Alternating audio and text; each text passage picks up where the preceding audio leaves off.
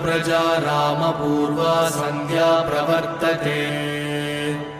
उत्तिष्ठ नरसार्दूल कर्तव्यम् दैवमात्मिकम् कौसल्या सुप्रजा रामपूर्वा सन्ध्या प्रवर्तते उत्तिष्ठ नरसार्दूल कर्तव्यम् दैवमात्मिकम् उत्तिष्ठोत्तिष्ठ गोविन्द उत्तिष्ठ गरुडध्वज उत्तिष्ठ कमलाकान्त त्रैलोक्यम् मङ्गलम् कुरु मातः समस्त जगताम् मधुकैटभारे वक्षो विहारिणि मनोहर दिव्यमूर्ते श्रीस्वामि निःश्रित जनप्रिय दानशीले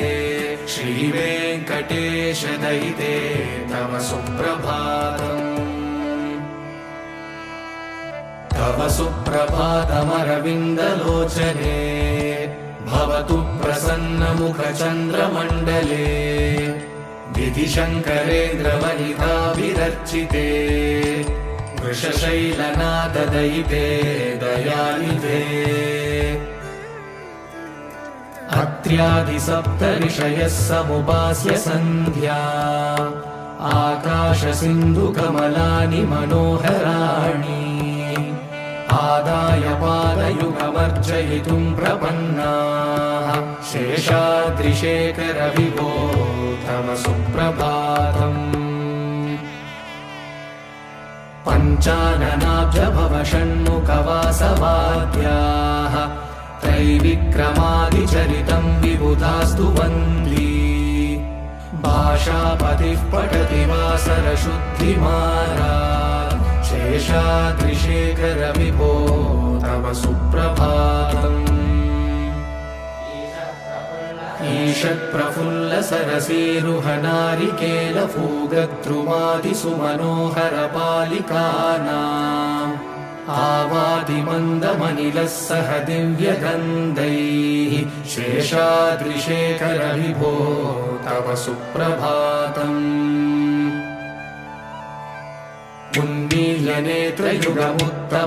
उन्मील्यनेत्रयुगमुत्तमपञ्जरस्ताः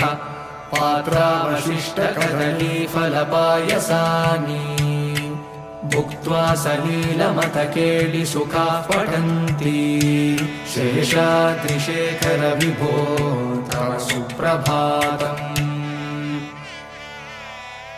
तन्त्री प्रकर्ष मधुरस्वनया विपञ्च गायत्यनन्तचरितम् तव नारदोऽपि भाषा समग्रमसकृत्करसाररम्यम् शेषाद्रिशेखर विभो तव सुप्रभातम् भृङ्गावली च मकरन्दरसानुविद्धजङ्कारगीतनिनदैः सह सेवनाय निर्यात्युपान्तसरसी कमलोधरेभ्यः शेषाद्रिशेखर विभो तव सुप्रभातम् योषागणेन वरदग्निविमत्यमाने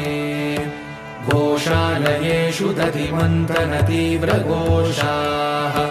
रोषात् कलिम् विदधते ककुपश्च कुम्भाः शेषाद्रिशेखर विभो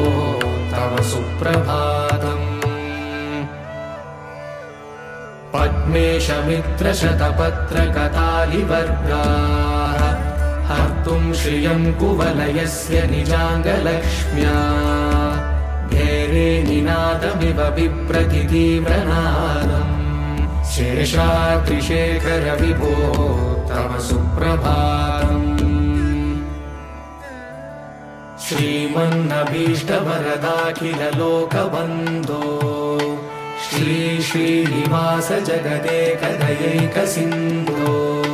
श्रीदेवतागृहभुजान्तर दिव्यमूर्ते श्रीवेङ्कटाचलपते तव सुप्रभातम् श्रीमन्नभीष्टवरदाखिल लोकबन्धो श्री श्रीनिवास जगदेकदयैक सिन्धो श्रीदेवतागृहभुजान्तर दिव्यमूर्ते श्रीवेङ्कटाचलपते तव सुप्रभातम्।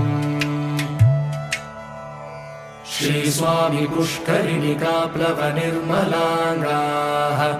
श्रेयोतिनो हरविरिञ्च सनन्दनाद्याः द्वारे वसन्ति वरवेत्र हतोत्तमाङ्गाः श्रीवेङ्कटाचलपते तव सुप्रभातम्। श्रीशेषशैलगरुडाचलवेङ्कटाद्रिनारायणाद्रिवृषभाद्रिवृषाद्रिमुख्या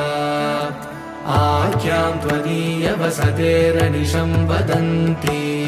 श्रीवेङ्कटाचलपते तव सुप्रभातम्।